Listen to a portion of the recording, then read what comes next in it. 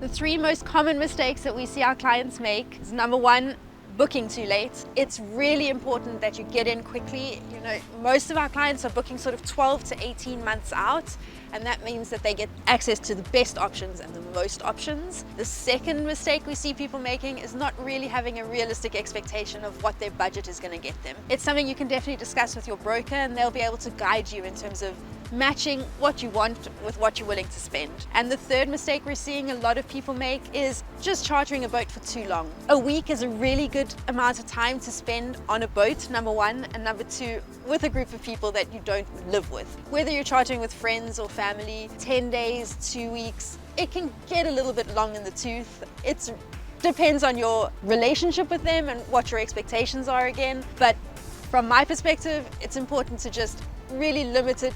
10 days is probably your maximum.